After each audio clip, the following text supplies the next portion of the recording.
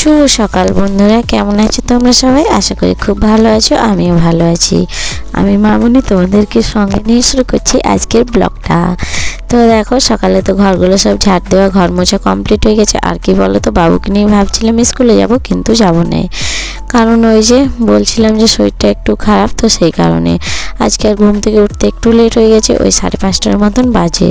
তো সেই জন্য আর বাবুকে নিয়ে আজকে আর স্কুলে যাব না। আর সকাল থেকে বৃষ্টি পড়ছে, সেই কারণে। তো যাই হোক, আমি দেখো রুমগুলোতে সব ঝাড় দিয়ে নিয়েছি আর সবাই উঠে পড়েছে।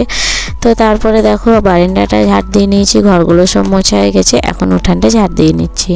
আর কি বলো তো, পুরো আম পাতায় একদম চারিদিকটা ভর্তি হয়ে গেছে। তো যাই হোক, এই সাইডের আম পাতাগুলো সব তুলে দিলাম ঝাড় দিয়ে, তারপরে দেখো ওই গলি সাইডটা ঝাড় দিয়ে নিচ্ছি। তো যাই হোক বন্ধুরা, স্কিপ না করে সম্পূর্ণ ভিডিওটা দেখার জন্য অনুরোধ রইল তোমাদের কাছে। সম্পূর্ণ ভিডিওটা দেখো, আশা করি তোমাদের ভালো লাগবে। তো দেখো, তারপরে চলে এসেছি ফুল তোলার জন্য এদিকে কাকিমাদের ঘরে। কাকিমাদের গাছে কিন্তু প্রচুর ফুল হয়, তোমাদেরকে তো বলেছি। আর আমাদের ঘরের গাছগুলো কিন্তু ফুলই ফোটে না, জানি না কি কারণে। তোমরা যদি জানো যে প্লিজ একটু কমেন্টে জানাবে। তো যাই হোক, আমি এসেছি এখানে ফুল তোলার জন্য। তো ফুলগুলো সব নিয়ে আর তারপরে চলে যাই বাড়ি, আর তারপরে গিয়ে স্নান করে পুজোটা করে নেব।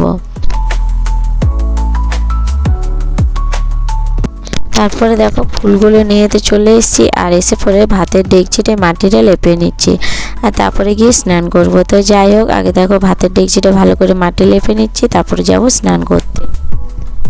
তো দেখো স্নান করে চলে এসেছি, আমার পুজো করা হয়ে গেছে। আর দেখো ফুলগুলো কিন্তু এখনও ভালোভাবে ফোটেনি। তো যাই হোক, যতগুলো ফুল পেয়েছিলাম হাতের কাছে সবগুলো তুলে নিয়ে চলে এসেছি। আর ওরাও পুজো করে ওদের জন্য কিছুগুলো ফুল রেখে দিয়েছে। আর গাছে কিন্তু অনেক ফুল আছে, কিন্তু অনেকটাই উপরে উপরে।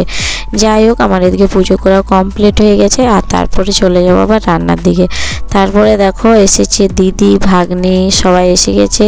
তো ওদের আজকে আসার ছিল। যাই হোক, একটু সকাল সকালে এসেছে, ভাবলাম লেট হবে, তো গোপু সোনাকে নিয়ে এসছে। তো চলো তোমাদেরকে দেখাচ্ছি ওদের গোপু সোনা।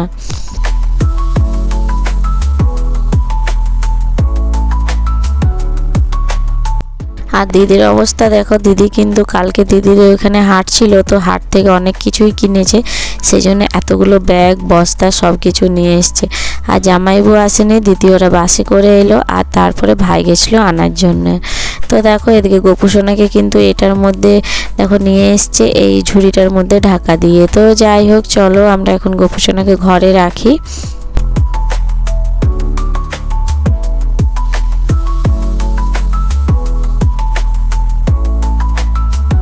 তারপরে দেখো চলে এসেছি আবার রান্নাঘরে। রান্নার কাজ তো সকাল থেকেই শুরু, আর রান্না ছাড়া কি করব বলো, আমাদের কাজ কি সারাদিন রান্না বান্না করা। তো যাই হোক, দেখো রান্নার বলতে এখন আমি মুড়ির সঙ্গে যে খাবারটা হবে সেটার জন্য দেখো আলু আমি আর শুকনো লঙ্কা ফোড়ন দিয়েছি, আর আলু ভাজা করে নিচ্ছি। আর তার সঙ্গে পেঁয়াজ দেবো, আর দিয়েছি কাঁচা লঙ্কা, আর একটু টমেটো দেবো। আর তারপরে কি বলো তো, ডিম আছে, ডিম ভাঙা করব। তো কি বলো তো, ডিম আর আলু একসঙ্গে ভাজা ভাজা করব মুড়ি দিয়ে খাওয়ার জন্য। তো চলো, তারপরে দেখো ওদিকে ভাতের জলটা পোস্ট করে দিলাম, আলুটা ওদিকে ভাজা হচ্ছে, এদিকে ভাতের জলটা গরম হয়ে যাক, আর আলুটা ততক্ষণ আমি নামাবো। তারপরে ভাতের জলটা গরম হয়ে গেলে আমি কিন্তু চালটা দিয়ে দেবো। দিদি এসেছিলো, দিদি ওদিকে জল দেওয়া হয়ে গেছে, আর সবাই মিলে মুড়ি খাওয়া হবে। আর দিদি ওদিকে চপ নিয়ে এসছে, তো চপ, আর আমি তো জানতাম না যে দিদির চপ আনবে। তো যাই হোক, আলু ভাজা করলাম, আর দেখো আলু ভাজাটা এখন আমি তুলছি। আর তারপরে ওই ডিম ভাঙা আছে, সেই ডিম ভাঙাটা দিয়ে দেবো, ডিম ভাজা করব, আর ওইটার সঙ্গে আবার আলুটা দিয়ে দেবো। তো তার মধ্যে একটুখানি তেল দিয়ে দিলাম, একটু তেল না দিলে ডিমটা যেহেতু ভাজতে হবে সেই কারণে। তো দেখো অনেকটাই ভাঙা আছে, সবটা দেবো না, অনেকগুলো ডিম, ওগুলো 4টা ডিম ছিল। তো যাই হোক, আমি একটুখানি নুন হলুদ দিয়ে দিলাম, আর তারপরে ভালো করে এটা ভাজবো, আর এটার সঙ্গে আলুটা আবার দিয়ে দেবো। তো যাই হোক, এটা আজকে মুড়ি খাওয়া হবে। সোনু স্কুলে যাবে, ওর কিন্তু তাড়াহুড়ো হচ্ছে, স্কুলে যাবে সেই কারণে। তো যাই হোক, ও এখন রেডি হয়ে নিচ্ছে, আর ততক্ষণে আমি দেখো ভাজাভুজিটা কমপ্লিট করে নিচ্ছি।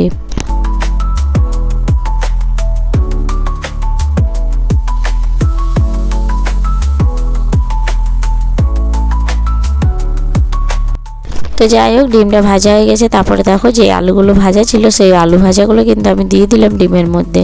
আর তারপরে দেখো একটু নাড়াচাড়া করে নামিয়ে নেবো, কারণ ভাজা তো হয়ে গেছিলো, বেশি সময় ছিল না সেই কারণে। আর সিদ্ধ আগে হয়ে গেছে, তো সেই জন্য দেখো আমি নামালাম, হয়ে গেছে কিন্তু আলু আর ডিম ভাজা। তো যাই হোক, তারপরে ওদিকে জলটাও গরম হয়ে গেছে, জলটা দেখো গরম হয়ে গেছে, আমি চালটা ধুয়ে নিয়ে চলে এসেছি। আর এখন আমি চালটা দিয়ে দেবো।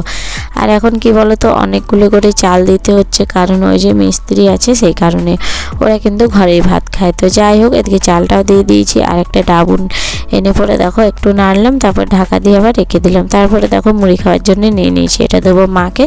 তো মায়ের ওদিকে মুড়ি খাওয়া দাওয়া হয়ে গেছে। তারপরে দেখো কাপড় যেগুলো কাচা হয়েছিল সেগুলো কিন্তু মেলিনি, তারপরে এসেছি কাপড়গুলো মেলার জন্য। তো সেই কাপড়গুলো এখন মেলে নিচ্ছি। আর উঠানটার অবস্থা দেখো, এখন কি বলো তো, ভিডিও করার ইচ্ছাও থাকে না, কারণ কি করব বলো তো, এই যে তোমাদের সঙ্গে সব কিছু শেয়ার করি, সেই জন্য সেটাও শেয়ার করে নিলাম। আর উঠানের অবস্থা একদমই খারাপ।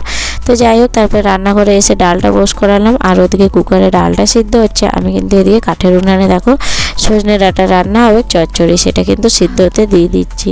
তো যাই হোক, আমার কিন্তু সব কিছুই কাটা বানা হয়ে গেছে। এখন আমি দেখো এগুলো সব সিদ্ধ হতে দেবো, নুন, হলুদ, পেঁয়াজ আর দেখো টমেটো দিয়ে দিয়েছি। তো সব কিছু ভালো করে সিদ্ধ হোক, ততক্ষণে আমি মশলাটা বেটে নিই।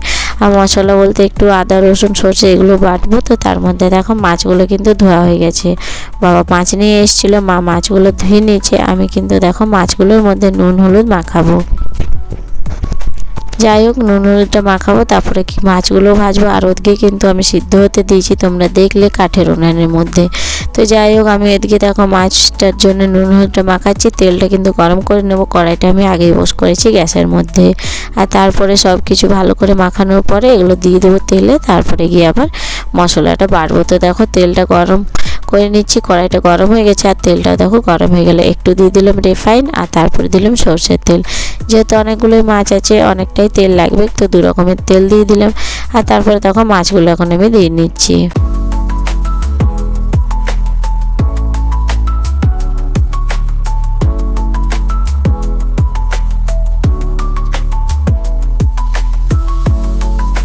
তো বন্ধুরা, এতক্ষণ থেকে যারা আমার ভিডিও দেখছো তাদেরকে জানাই অসংখ্য অসংখ্য ধন্যবাদ। যদি আমার ভিডিওটা ভালো লেগে থাকে, চ্যানেলে নতুন হয়ে থাকো, তো প্লিজ চ্যানেলটা সাবস্ক্রাইব করে লাইক কমেন্টে জানাও যে তোমাদের ভিডিওটা কেমন লাগলো। আর যারা আমার পুরনো বন্ধুরা অলরেডি সাবস্ক্রাইব করে রেখে দিয়েছো, তাদেরকে জানাই অসংখ্য অসংখ্য ধন্যবাদ। এইভাবে আমার পাশে থেকো, আমাকে সাপোর্ট করো।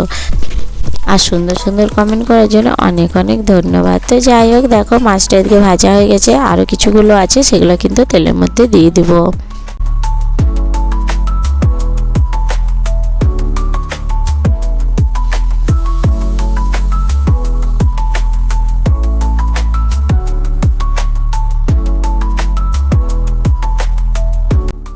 তারপরে চলে এসেছি দেখো মশলাটা বাটার জন্য। তোমাদেরকে তো দেখালাম যে ওদিকে সজনে ডাঁটাটা সিদ্ধ হচ্ছে, সেই জন্য দেখো এখানে মশলাটা বাটা হচ্ছে। আর মশলাটা আমি এখন ভালো করে বাটবো। আর ওই যে আদা, রসুন আর কি বলে তোমার সরষে নিয়েছি, তো বেশি সরষে লেনে হালকা মতন নিয়েছি। আর টমেটোর সঙ্গে কিন্তু কাঁচা লঙ্কা দেওয়া হয়েছিল, সেটা আর বলা হয়নি। তো যাই হোক, কাঁচা লঙ্কাটা দিয়েছি, সেই জন্য আর কাঁচা লঙ্কাটা বাটবো না।